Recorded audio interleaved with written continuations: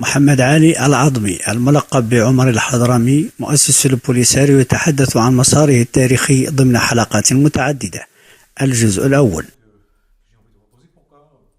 إذن عمر الحضرمي هو اسم حركي كان لي عندما كنا نعمل في السر ويتوجب اختيار أسماء.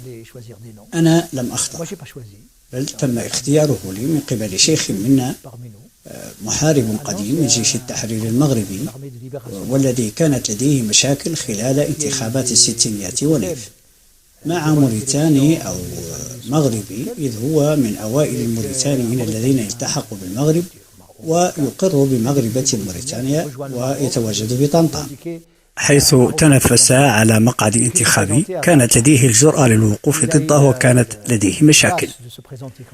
انتهى به المطاف بالذهاب إلى الصحراء التي كانت ساعتها تحت الهيمنة الإسبانية. الإسبان رفضوه بدورهم لأنه كان يحاربهم. إذن بقي هناك خصما أبديا لحين بدأنا نستعد لتأسيس البوليساريو، وكان هناك معنا وهذا الشخص يدعى محمد زيو. وانتهى به المطاف أن تقلد وسام رئيس مجلس البوليساريو، أو لنقول من المفترض أنه ذهب إلى مجلس الحكماء،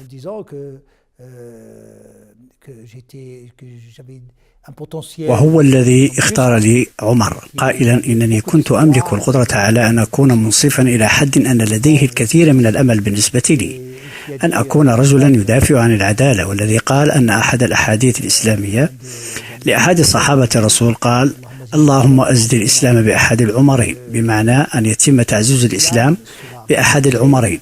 كان هناك اثنان لم يعتنقا الإسلام بعد، ومنهم عمر بن الخطاب وآخر ميزتهم العدل والشجاعة، ومنهم عمر بن الخطاب، شيء من هذا القبيل عمر.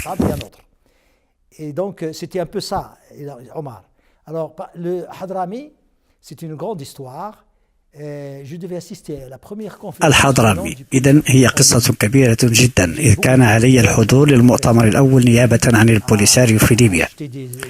كانت لدي الكثير من العقبات: عبور موريتانيا، منها شراء ملابس قبل يوم من المغادرة إلى داكار وأخذ الطائرة إلى روما، ومنها إلى طرابلس، وليس هناك ملابس لشرائها من الواكشوط.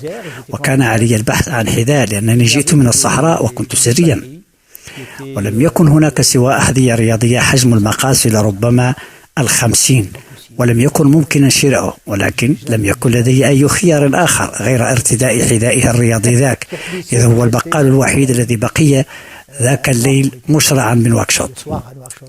السفير الليبي في ذاك الوقت أعد لي ورقة عبور للسفر، لكنه لم يكن جواز سفر، غير أنه كان سلوك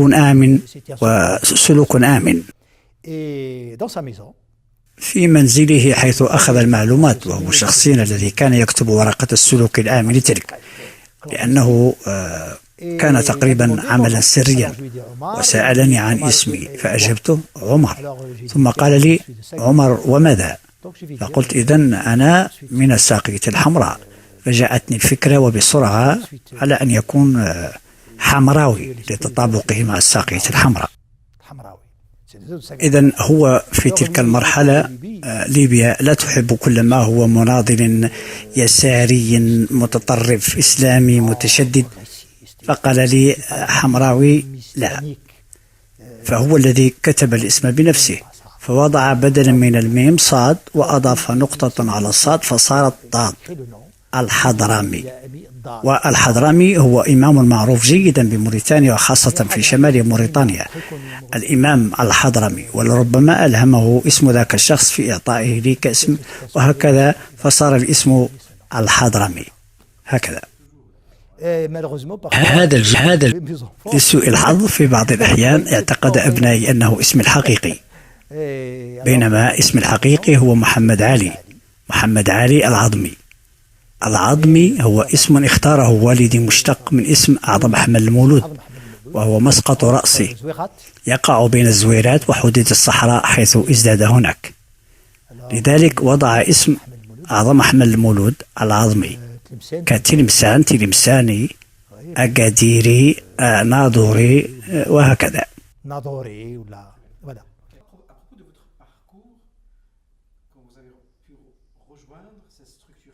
كيف تم الانضمام إلى البنية التي كانت في ذاك الوقت تبدو كبنية سرية؟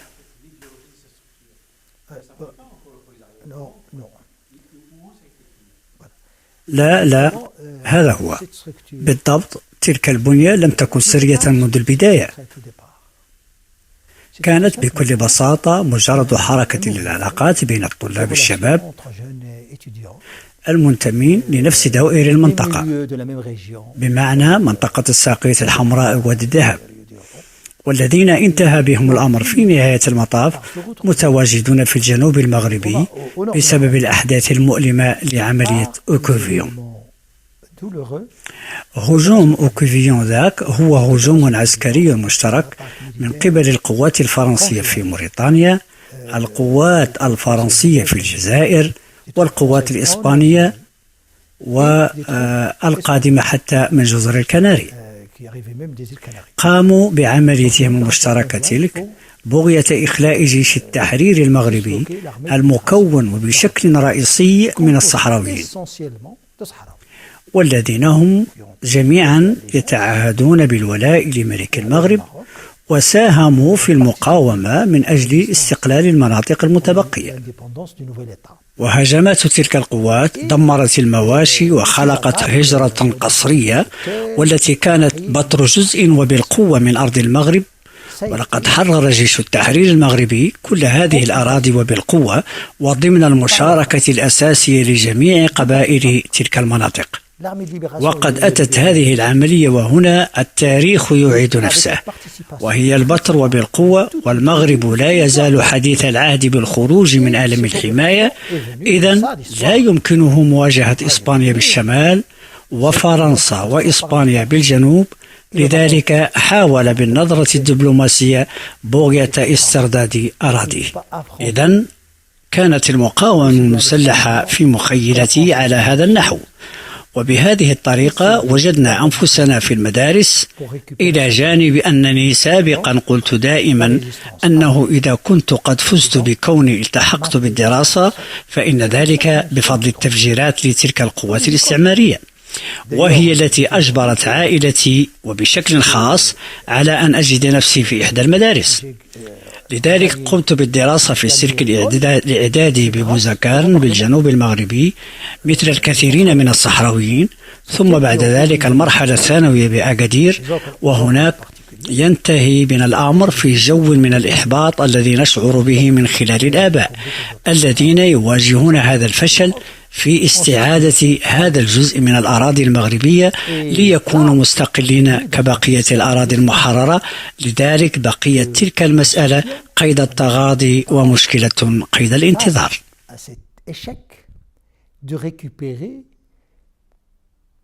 Cette partie du territoire marocain pour qu'elle soit indépendante comme le reste du territoire. C'est donc resté comme un contentieux, un problème latent. والعائلة تم تقسيمها، فالقوات الاستعمارية الإسبانية أغلقت الحدود وتقاسمت نفس العائلة بحيث لا يستطيع إحداها زيارة الآخر، والجزائر أصبحت مستقلة وفعلت نفس الشيء بحدودها في تندوف وهم من نفس القبائل. فرنسا فعلت بموريتانيا الشيء نفسه، والذي حصلنا عليه هو تمزيق نفس القبائل المغربية بين عدة أقاليم، ويعانون في الشمال والباقي كله يشعر بعدم الارتياح. وبالمعرفة إضافة إلى الصحوة، وخاصة كنتيجة لحرب 1967 ضد مصر، وكمثل أي شاب مغاربي شرق أوسطي توجهنا باكرا نحو مسار النضال، بدءا بالقول أن على الاستعمار الإسباني ترك أرضنا، وبالتوازي مع أن القوة السياسية المغربية آنذاك لم تتوقف هي الأخرى عن المطالبة بهذه المنطقة والحديث عن ذلك في صحفهم. ومن المعروف أن المغرب من بدايته هو بلد به تعددية حزبية، وله صحافة متعددة تابعة لتلك الأحزاب. يمتلك إذن نشاط سياسي حيوي جدا، حيث يمكن قياس هذا الأمر بين السلطة وبعض أحزابها السياسية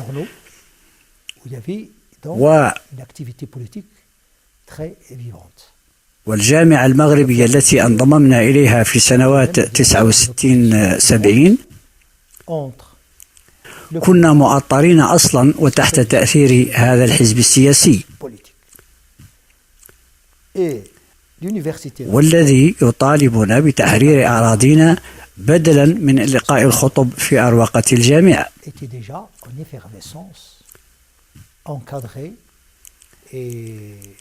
فهذا جزء من المغرب، ويعطي شعورا أكثر بكثير من بقية المغاربة بالإحساس لمعاناة بتر جزء من الأرض، والذي يتطلب القيام بشيء ما. de l'université. Donc, c'était une partie du Maroc qui ressentait beaucoup plus que les restes des Marocains la souffrance de l'amputation d'une partie des territoires et qui voulait absolument faire quelque chose.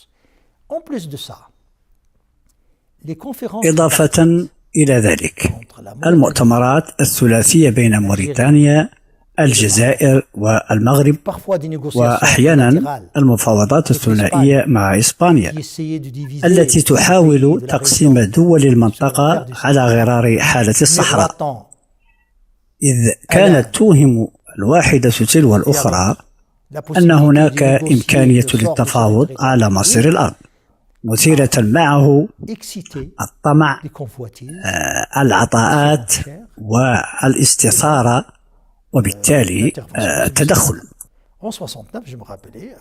لذلك أتذكر جيدا في العام 69 كان بومدين مارا في جادة الطريق لحضور مؤتمر أكادير، وتم طرح السؤال عن ماهية الهدف، وهل كانت مسألة تصفية الاستعمار كما كان منتظرا؟ لكن الفكرة والتي تمت بلورتها من قبل الإسبان في تلك المرحلة هو أن اجتماع رؤساء تلك الدول كان بغية تقاسم المنطقة لتقاسم ساكنتها. أتذكر جيدا المصطلح كقطعان، وخلقت ردة فعل في نفس الوقت بالتوازي مع راديكالية الموقف المغربي دفعت بهؤلاء الشباب من الجنوب المغربي إلى المزيد من الراديكالية للموقف، وبفضلهم تمكنا من الاتصال بكل من ليبيا والجزائر.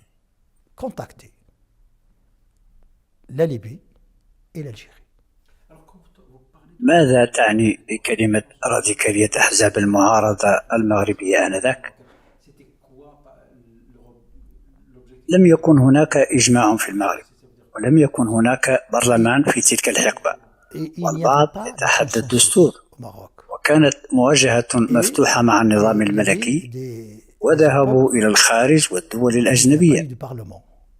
في العالم العربي منقسم إلى قسمين: دول تقدمية وقومية وآخرين، والمغرب كان جزءا من الآخرين، أي مع الغرب، بمعنى أنه من أولئك الذين حافظوا على علاقات جيدة مع الغرب، مع المجتمع المتفتح، وهذا مع انقلاب الذي وقع في المغرب، إذ زاد من تفاقم الوضع، لأن ليبيا قدمت إذاعة تبث من طرابلس وتدعو إلى الثورة المغربية، وبدأت تتحدث عن الصحراء. والقذافي شخصيا جاء لموريتانيا وسأل عن تحرير الساقية الحمراء والذهب.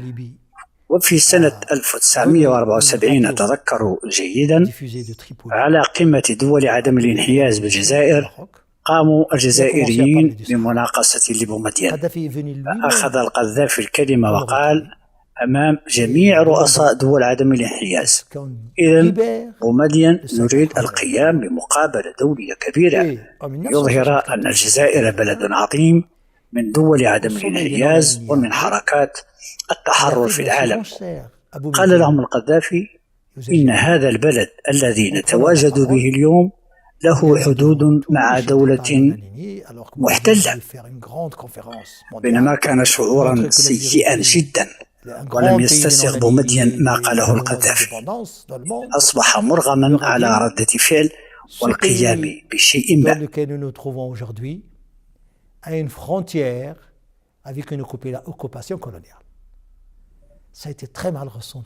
بينما كانت الجزائر في تواطؤ مع علاقات دبلوماسية سرية مع الجزائريين ضمن فكرة وجود صفقات نفطية وغيرها، لأن فرانكو صديق للعرب ولا يعترف بإسرائيل، فجاء القذافي ليقلب الأمور رأسا على عقب بتلك الاستراتيجية، وأقنع الأعضاء بأن هناك استعمار على حدود الجزائر، والتي تمت إضافتها إلى المناقصة العامة تلك. في هذه الأثناء لا يظل سكان الإقليم خاضعين لإسبانيا، لأن المغرب طالب بإنهاء الاستعمار بالأمم المتحدة. لقد كان المغرب يقول دائما أنها أرضه، ويتحدث دائما بالأمم المتحدة للمطالبة بها. حاولت إسبانيا الحصول على توقيعات للوجهاء المحليين في الإقليم، وطالبة إياهم بإبقاء إسبانيا حتى اليوم الذي يستطيعون فيه تحمل مسؤولية أمورهم. إنها مظاهرات كبيرة لموقف مفتوح مع القوات الاستعمارية وتحت حكم فرانكو. تجرؤوا على القيام بمظاهرة في 17 من يونيو 1970 بالعيون، وكان هناك القتلى والجرحى ومعتقلين من ضمنهم جنود وضباط الصف في الجيش الإسباني، ومن الصحراويين من تم ترحيلهم لجزر الكناري ولتتم محاكمتهم هناك.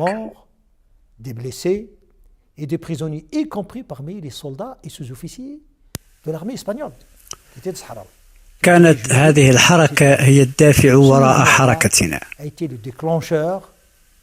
كل هذه الأحداث قد جعلنا مثل كل الشباب المغاربة، ولكن كانت لدينا مساحة ونقطة تثبيت مختلفة قليلا، لأنه كان هناك إنهاء للاستعمار. وأتذكر أحد أعداد الإصدارات لجريدة أنفاس لحركة الماركسيين اللينيين المغاربة الحديثة والحاضرة في الجامعة في ذلك الوقت، حيث السرفاتي وآخر اللعبي، التي كتبت مقالا تحت عنوان فلسطين جديدة بالصحراء الغربية. إذن في تلك المرحلة كانت مثالية حمل السلاح وحرب الغابات، المطالبة بالاستقلال. آنذاك دخل القذافي المشهد بعروبيته، وكان لنا صديق الولي، ورقة الولي، إذ كان أحد الكتاب العامين لحركتنا، وكان عروبيا جدا وصديقا مقربا للقذافي، إذ تم تقديمه للقاء القذافي بواسطة الحديث عن طريق ورقة اصدقاء إدريس البصري. إذن المعارضة المغربية، هذه القومية العربية، لم نكن كلنا متفقين حولها، إذ كان هناك صراع داخلي بيننا.